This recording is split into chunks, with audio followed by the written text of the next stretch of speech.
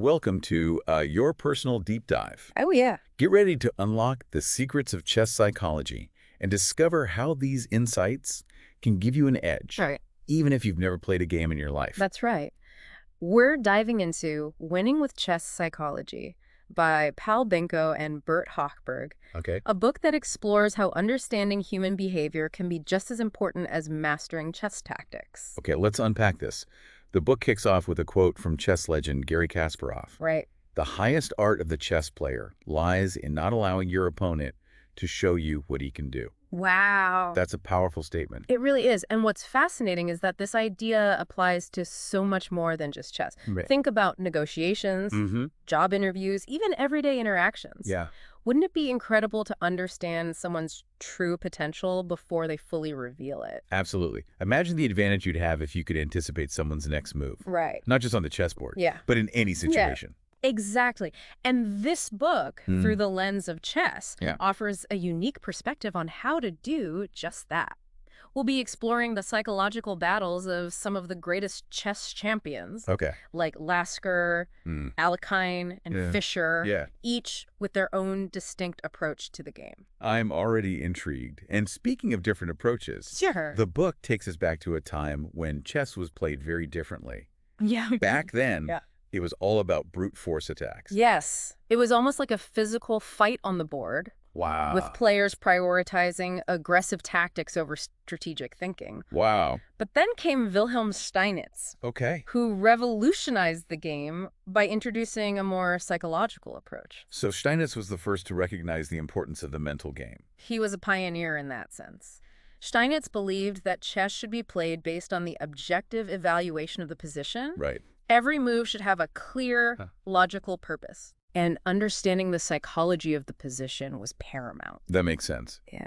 But then we have Emanuel Lasker, Yeah. who also saw chess as a fight, Yes. but in a different way. Yeah. He emphasized knowing your opponent's strengths and weaknesses as the key to victory. Lasker was a master of exploiting his opponent's psychological vulnerabilities. Wow. He believed in playing the player, not just the board. And the book gives a fantastic example of this in Lasker's 1907 match against Frank Marshall. Oh, yeah. Marshall was known for his aggressive Right. attacking style. Right, exactly. And Lasker used that to his advantage. Okay. In a seemingly risky move, Lasker offered Marshall a gambit of on sacrifice. Objectively, Yeah. it wasn't the strongest move, Right. but psychologically, it was Yeah. brilliant. So he played right into Marshall's natural instincts. Precisely. Marshall, Oh. unable to resist the attack, Right. overextended his position, and Lasker capitalized on this, eventually winning the game. That's a perfect example of how psychology can trump pure chess calculation. Right. But Lasker didn't just use psychology to exploit weaknesses. Right. He also used it to counter his opponent's strengths, like in his match against Siegbert Tarrasch. Tarrasch was a proponent of playing the board objectively, Okay. believing in the absolute power of strong moves. He didn't give much weight to the psychological element of the game. And that cost him dearly. The book describes their 1914 match, Right. where Tarrasch was so confident in his position that he completely overlooked a subtle strategic error. Lasker, always attuned to his opponent's psychology, Yeah. seized the opportunity and gained a decisive advantage. Wow. Tarrasch, Yeah. in his frustration, lamented about Lasker's luck. But as the book points out, Whoa. it wasn't luck at all. Right. It was Lasker's deep understanding of Tarrasch's mindset. So he knew that Tarrasch's overconfidence would blind him to mortal threats. Exactly. Lasker understood that Tarrasch's belief in the purely objective nature of chess Nice. would make him vulnerable to psychological manipulation. Right. It's a powerful lesson in the importance of knowing your opponent's thinking style. It's incredible how these early champions used psychology to completely change the way chess was played. Yeah, But I'm curious, sure. how did the next generation of players build upon these ideas? That's where it gets even more interesting. Oh, The book introduces us to Alexander Alekhine, okay. a player known for his meticulous and artistic approach to chess. Okay. Alekhine believed that self-knowledge was just as crucial as understanding your opponent. So he emphasized both sides of the psychological equation. Absolutely. He identified 3 essential factors for success: Okay. self-knowledge, Uh-huh. awareness of the opponent's strengths and weaknesses, Right. and striving for a higher objective beyond mere wins. That's a very holistic approach to chess. Huh. And the book details how Alekhine used this approach to defeat José Raúl Capablanca, who was considered almost unbeatable at the time. Capablanca, like Yeah. Tarrasch, was Yeah. known for his incredibly precise and objective style. Huh. He rarely made mistakes, Right. which made him a formidable opponent. But Alekhine, Right. through meticulous preparation, Yeah. discovered a subtle psychological weakness in Capablanca's game. He noticed a slight tendency for Capablanca to take risks when presented with complex positions. And Alekhine exploited this brilliantly in their 1927 World Championship match. Oh, wow. In a crucial game, Yeah. he offered Capablanca a seemingly irresistible pawn sacrifice, Okay. leading to a highly complicated position. So he tempted Capablanca into a trap by playing on his desire for complications. Exactly. And Capablanca, Wow. known for his composure, fell Wow. right into it. Trap. He went for the complications, Right. but under Alekhine's relentless pressure, Uh-huh. he eventually made a series of errors, Yeah. leading to his defeat. That's amazing. Yeah. It shows that even the slightest psychological edge can make all the difference at the highest level of chess. But the book also mentions that Alekhine's approach evolved over time, Yes. right? Yes. In his later years, Yeah. he started relying more on psychological pressure tactics, Okay. particularly against Max Yu. Okay. He would try to intimidate his opponents, Uh-huh. disrupt their concentration, and gain a mental advantage. So it sounds like Alekhine was pushing the boundaries of psychological warfare in chess. He was certainly pushing the envelope, but as the book explains, this approach eventually backfired. Whoa. Alekhine's over-reliance on psychological tactics led to oversights in his own game. Right. And he actually ended up losing the world championship title to Yu in 1935. That's a fascinating turn of events. Yeah. It seems there's a delicate balance between using psychology strategically and letting it become a distraction. Exactly. And this brings us to the post-WWII era and the rise of the Soviet chess school, Okay. where the concept of chess as a sport, Why? a battle of minds and nerves, Right. truly took center stage. So the Soviets really formalized the psychological aspect of chess. They absolutely did. They understood that to consistently win at the highest levels, Right. players needed to be mentally tough, Uh-huh. resilient, Right. and able to withstand immense pressure. And the book highlights Mikhail Botvinnik as a prime example of this Soviet approach. Botvinnik, often called the patriarch of the Soviet chess school, Right. approached chess with a scientific mindset. Okay. He believed in systematic training, rigorous analysis, Right. and meticulous preparation. Wow. He was a master of long-term strategy and psychological resilience. That sounds incredibly intense. Ugh.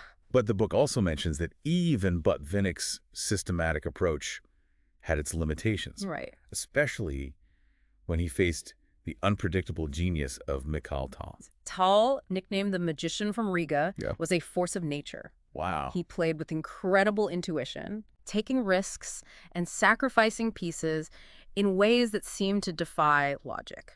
Wow. His style was unorthodox and incredibly difficult to prepare for. So he was the ultimate psychological disruptor. Absolutely. Yeah. Tal understood that by playing unpredictably, Right. he could throw his opponents off balance and Yeah. force them into uncomfortable situations, There. making them doubt their own calculations and assessments. The book talks about their 1960 World Championship match as a classic example of this clash of styles, right? Yes.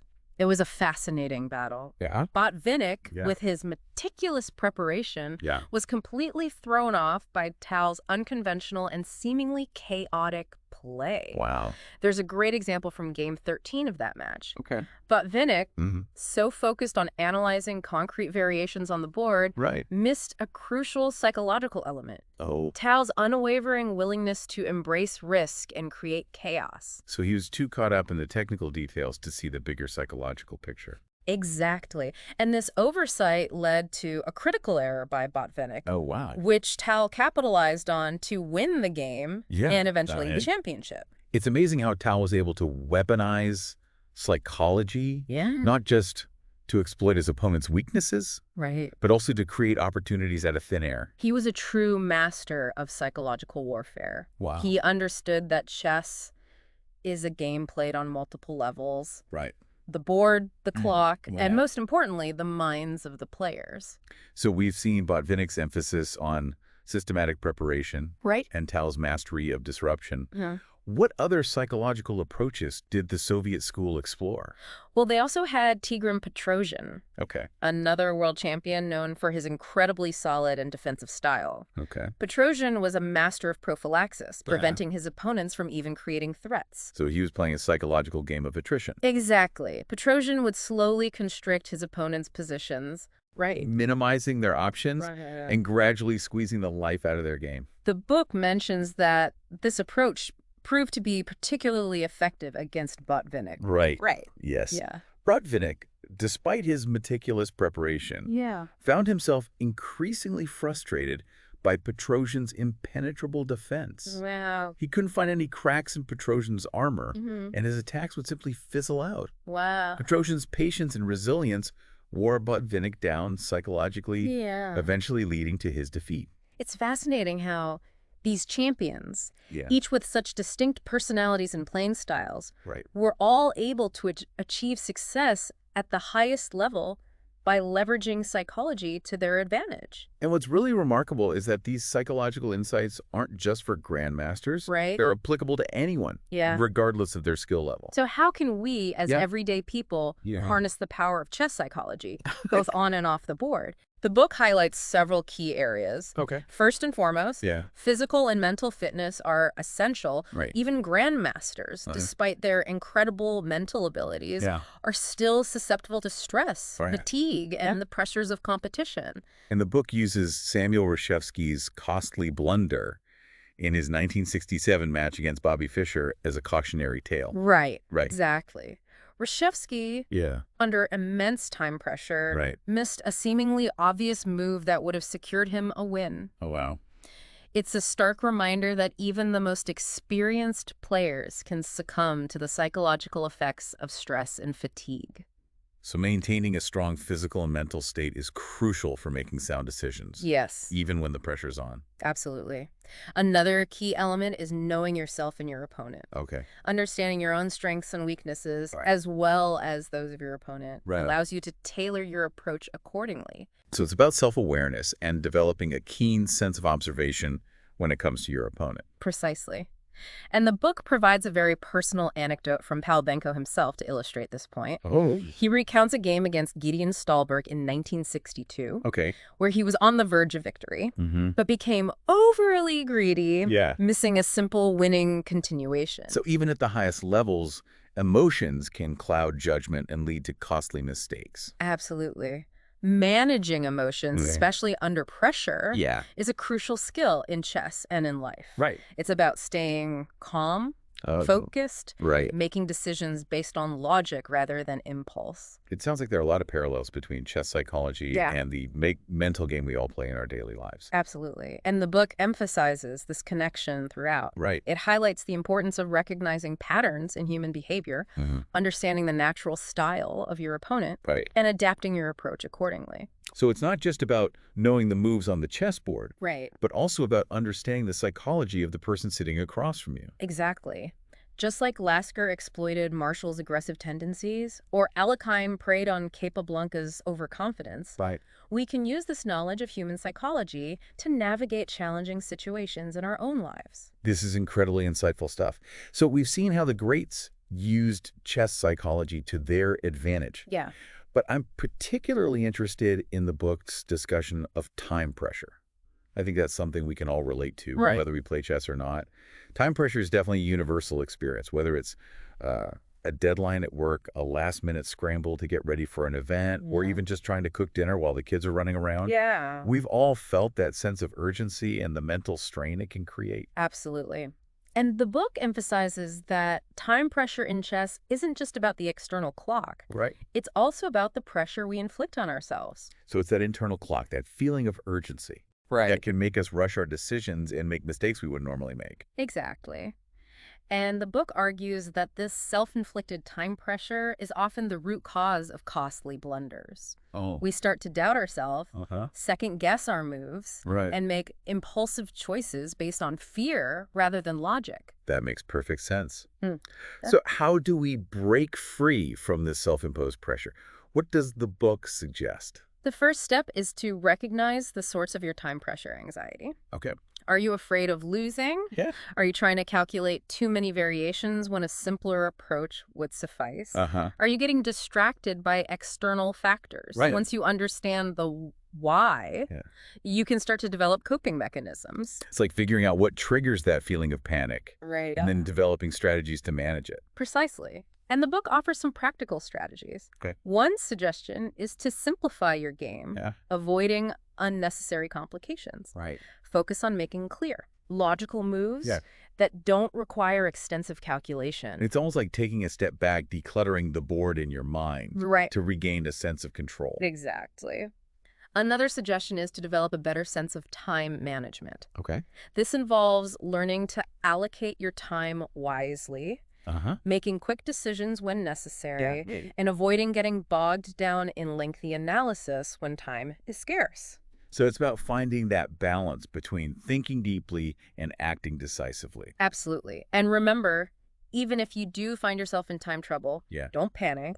Okay. Take a deep breath. Right. Reassess the situation and try to find the best move you can with the time you have left. Right. It's about damage control. Okay. Minimizing the negative impact of the time pressure. It's about staying composed and making the best of a challenging situation. Exactly. And here's another interesting perspective from the book. Okay. You can actually use your opponent's time pressure to your advantage. That's an interesting twist. Yeah. So if you notice your opponent rushing their moves or making decisions without proper consideration, you can actually exploit that. Absolutely. You can create complications, pose difficult problems, and force them to think under duress. Oh. This can lead to errors and oversights, giving you a psychological edge. It's like turning their anxiety into your weapon. Precisely. Yeah. So as we've seen throughout this deep dive, chess psychology is a multifaceted and fascinating subject. Right. It's not just about knowing the moves and strategies. It's about understanding the human element of the game,